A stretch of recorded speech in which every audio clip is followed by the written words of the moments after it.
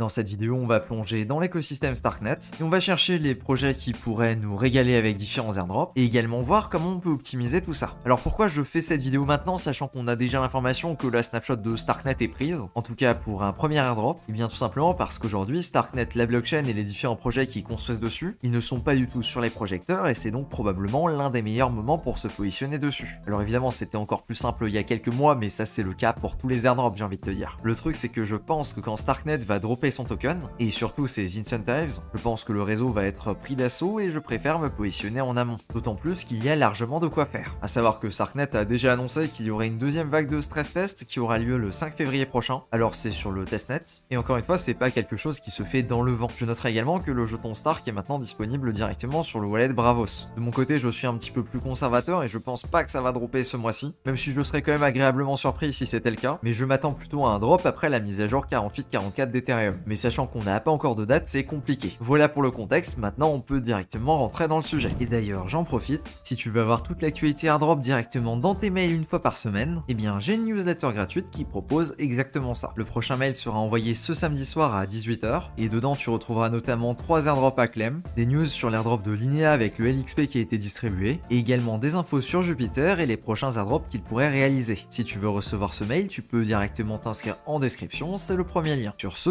on revient à la vidéo. La première étape si tu débarques et que tu n'as jamais entendu parler de Starknet, eh bien ça va être de te créer un wallet. Tout simplement parce que Starknet n'utilise pas directement MetaMask. Pour ça, tu as vraiment deux options, c'est soit Argentix, soit Bravos. Pour le coup, j'ai testé les deux et je préfère Argentix niveau sécurité parce qu'on peut associer un mail en tant que facteur d'authentification. Sachant qu'à ma connaissance, on peut pas bosser avec un trésor ou un ledger sur la blockchain, eh bien c'est cette option que j'ai sélectionnée. Alors je vais pas te montrer exactement comment l'installer, ça s'installe comme un MetaMask classique, il n'y a pas grand chose à montrer. Une fois que tu as installé ton wallet qui va bien, on va passer par un bridge, parce que oui, il faut déplacer nos fonds sur Starknet, la Layer 2. Pour ça, il y en a plusieurs, mais de mon côté, j'ai vraiment pris l'habitude d'utiliser LayerSwap. Alors ça fonctionne de façon très simple, on va juste sélectionner la source. Pour le coup, moi je vais partir d'Optimism, je vais bridger de l'Ethereum, et je vais bridger en direction de Starknet juste ici. Je vais donc connecter mon wallet en cliquant sur ce bouton, et donc mon wallet MetaMask. Une fois que c'est fait, je vais du coup définir la cible, qui va du coup être mon wallet Starknet, et je vais faire compléter automatiquement. Il va me demander de me connecter avec mon wallet, qui est du coup Argentix, et voilà, il me propose automatiquement mon adresse. Alors si t'as un petit peu l'œil, tu verras que c'est 0x0 directement sur le wallet, et que ça va afficher 0x sur le bridge,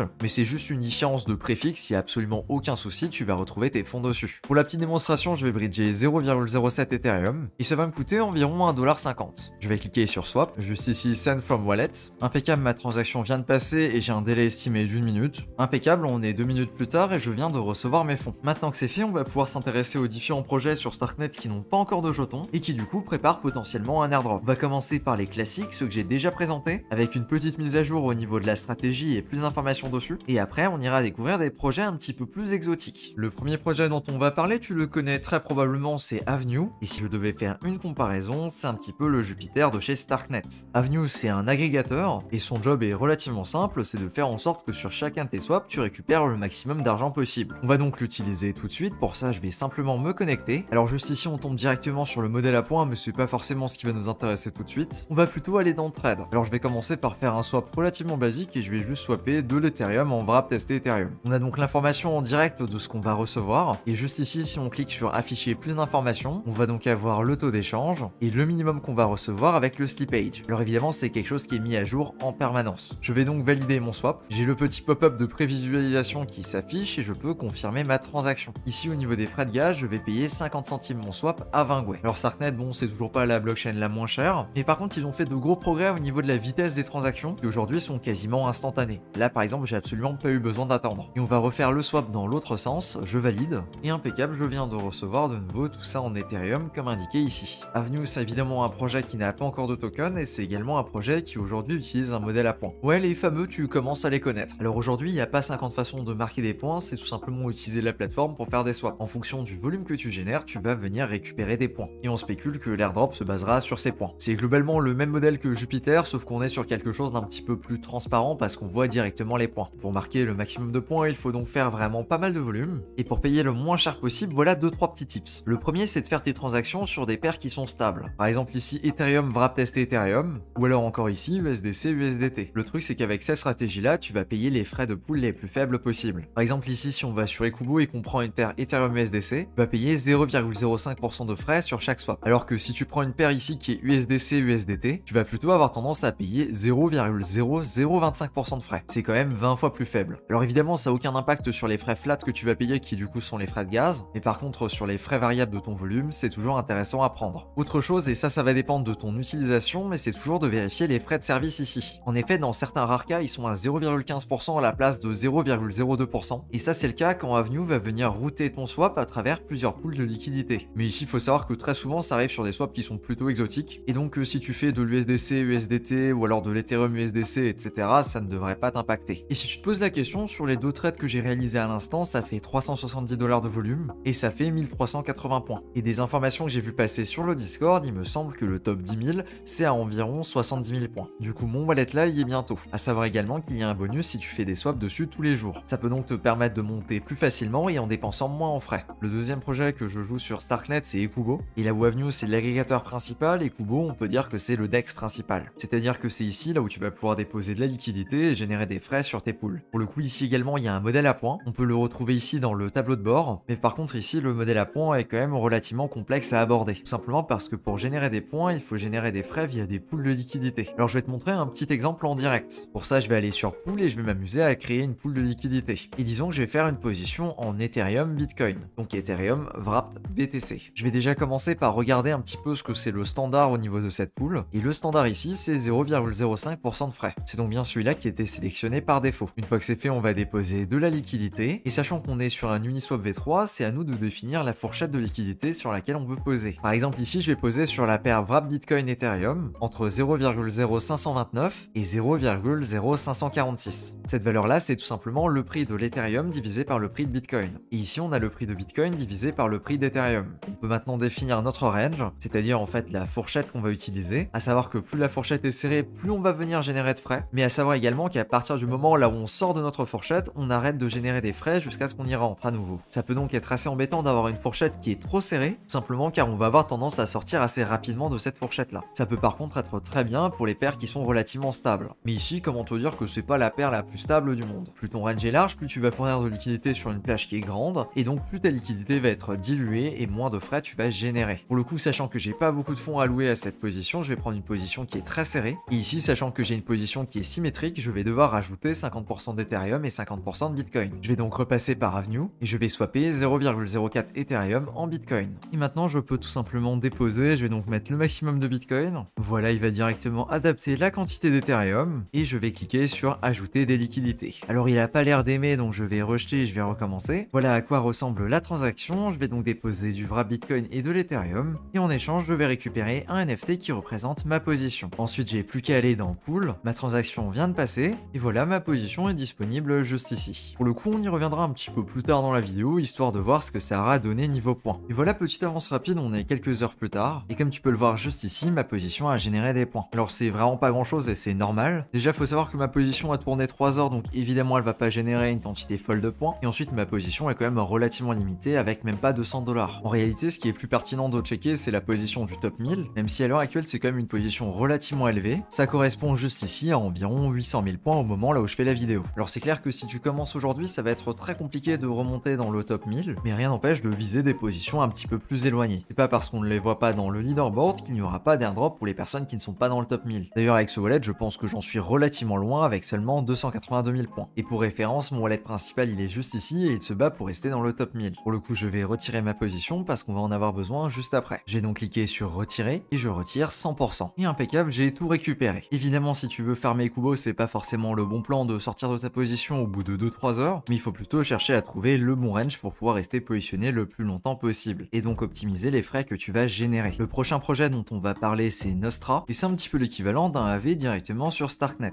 Celui-ci à l'heure actuelle ne permet pas de faire des emprunts inférieurs à 250 $, donc si tu souhaites emprunter dessus, et ben ça risque d'être compliqué si tu n'as pas de quoi emprunter 250 $. À compter qu'il faut environ déposer le double si tu veux emprunter et être tranquille avec ta position. Sauf si tu prêtes et tu empruntes le même jeton. Ici, il y a vraiment rien de particulier à signaler, c'est un AV et le modèle est très similaire à ce qu'on a sur Margin Fee, c'est-à-dire que les fonds que tu vas prêter et que tu vas emprunter vont générer des points, et ces points-là sont mis à jour une fois par jour dans l'onglet points. Attention cependant, il faut au moins 48 heures après ton premier dépôt histoire de marquer les premiers points. À partir de là, c'est mis à jour tous les jours. À noter que les emprunts rapportent 4 fois plus de points que les prêts. Récemment, ils ont rajouté un onglet pool qui permet de provider de la liquidité, et il y il y a vraiment pas mal de points qui sont distribués de cette façon-là, donc ça peut être une bonne idée de déposer un LP si tu souhaites te positionner sur Nostra. Je vais ici te montrer un exemple avec la pool Wrap Bitcoin Ethereum. Je vais aller sur Deposit, je vais déposer le maximum de Wrap Bitcoin et je vais ensuite déposer l'Ethereum équivalent. Alors je le fais absolument pas pour l'APR qui ici est ridicule. D'ailleurs je t'avoue que je comprends pas trop de move de venir déployer des pools de liquidité ici, alors qu'ils ont comme concurrent Ekubo qui est en tout point supérieur. L'intérêt principal c'est donc vraiment juste de générer des points pour un potentiel airdrop. Ici je vais donc cliquer sur Deposit, je confirme. Et maintenant si je regarde juste ici, on peut effectivement voir ma position. Pour le coup j'ai pas prévu de la laisser, donc je vais juste la retirer parce que c'était vraiment dans l'optique de faire une petite démonstration. Je vais donc retirer ici le maximum et je vais cliquer sur Withdraw, je confirme. Avec Avenue, Ekubo et Nostra, on a fait les 3 plus gros projets qui sont disponibles sur Starknet. Maintenant si tu souhaites aller plus loin et regarder différents autres projets qui vont se sur Starknet, c'est totalement possible. On va avoir un DEX qui s'appelle StarkDeFi, et là on est sur quelque chose d'extrêmement gamifié, encore plus que ce qu'on a pu voir sur les autres projets. On va le lancer pour que tu t'en rendes compte. Alors ici on est encore une fois face à un DEX, donc il n'y a pas grand chose de plus à en dire, avec du coup la possibilité de définir une pool en tant que stable ou en tant que volatile, et également de venir paramétrer les frais, même si ça reste quand même un petit peu plus limité que ce qu'on a sur Ekubo. Les APR, notamment sur la paire USDC-USDT, sont par contre vraiment pas déconnants. Un 25% d'APR sur une paire stable, c'est sûr que c'est appréciable. A noter par contre que juste ici, a priori en ce moment, les pools ont tout un frais fixe de 0,16%, ce qui est probablement pas le meilleur move pour que les pools soient utilisés. On peut ensuite aller dans la partie leaderboard et là tu vois très clairement qu'on est sur quelque chose de gamifié. Je vais connecter mon wallet pour voir à quoi ça ressemble. Alors bon, ça régale vraiment pas parce qu'il y a même pas la paire Wrap Bitcoin Ethereum, ni USDC ni USDT. Alors bon, ça a l'air quand même plutôt limité pour le moment. En regardant le leaderboard, il y a l'air d'y avoir moyen de prendre position de deux façons différentes. La première du coup en faisant des swaps et la deuxième en ayant des LP. Pour celui-là, je n'ai pas grand chose à en dire, personnellement je ne l'ai pas utilisé. Si c'est quelque chose qui peut t'intéresser, je te mettrai le lien en description. On va ensuite avoir Starknet Quest, qui du coup est un programme par Starknet ID. Je vais me connecter et c'est un programme sur lequel il y a de temps en temps des quêtes qui sont disponibles. Alors il n'y a pas tout le temps des quêtes qui sont disponibles, mais par exemple ici il y a celle-ci avec Loot Survivor, qui du coup est un RPG au tour par tour qui tourne uniquement sur la blockchain. Alors c'est un modèle de quête qui est relativement classique, on est sur quelque chose qui est proche d'un Galaxy, et personnellement c'est pas forcément ça que je préfère sur cette application. Ce que je trouve pas mal c'est le Myland,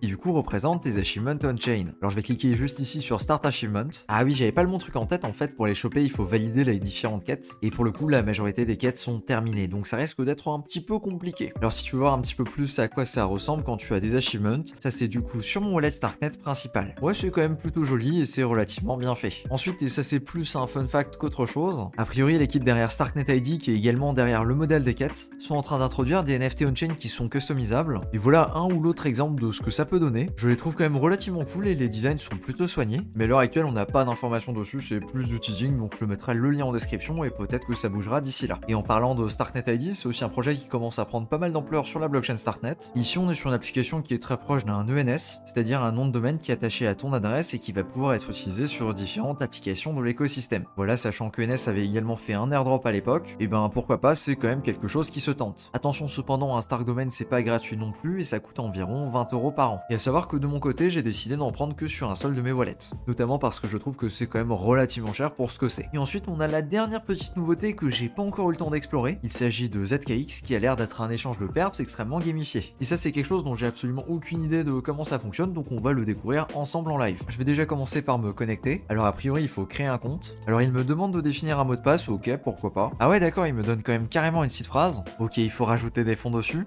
On va dire Starknet Argentix. Et allez, on va transférer 0,01 pour l'expérience. Ah ouais, on a quand même pas mal de choses dans cette transaction. On va créer un compte. Ok, on va voir ça. Ok, il y a un petit timer de 2 minutes qui vient de se lancer. En tout cas, celui-là, a priori, on peut pas le louper. Il y a écrit airdrop juste ici. Alors par contre, on me l'a dit absolument nulle part, mais a priori, je suis obligé de prendre position en USDC. Bon bah écoute, je vais swapper en USDC et je vais essayer. J'en profite pour faire le petit swap qui passe bien par Avenue. Ok, donc on va dans Top Up. Et on va s'envoyer 10 USDC, même si a priori, il a pas l'air de les reconnaître. Je vais faire un petit F5. Alors là, même avec le F5, il m'a demandé le mot de passe pour me reconnecter. Alors j'en profite pour te dire de bien le sauvegarder et pareil pour la passphrase. Même si tu t'amuses juste à faire un test, ce serait dommage de laisser tes fonds se barrer comme ça. Comment ça, j'ai pas assez de fonds? Bien sûr que si, j'ai assez de fonds. J'ai 50 USDC là, comment ça, j'ai pas assez de fonds? Mais attends, c'est pas clair du tout ce truc parce qu'il te recommande de déposer au minimum 10$. Et quand tu veux placer un ordre avec 10$, il te dit que c'est en dessous du minimum size order. Alors je viens de bidouiller un petit peu les chiffres et a priori, il faut prendre une position de 50$ minimum. Comment te dire que je vais quand même m'amuser à lire la documentation avant de lâcher 50 balles dans un truc comme ça très bizarre dont je ne comprends pas la moitié de ce que je suis en train de faire. Alors si j'ai bien compris, ce sont des trades que tu places et qui se terminent automatiquement au bout d'une demi-heure. Donc le délai qui est affiché juste ici. Et écoute, j'aimerais quand même bien tester au moins avec un trade, mais en fait je peux tout simplement pas top up, peu importe la valeur que je rentre, en fait ça fonctionne pas. Alors que pourtant tu le vois ici, j'ai bien des USDC sur mon wallet.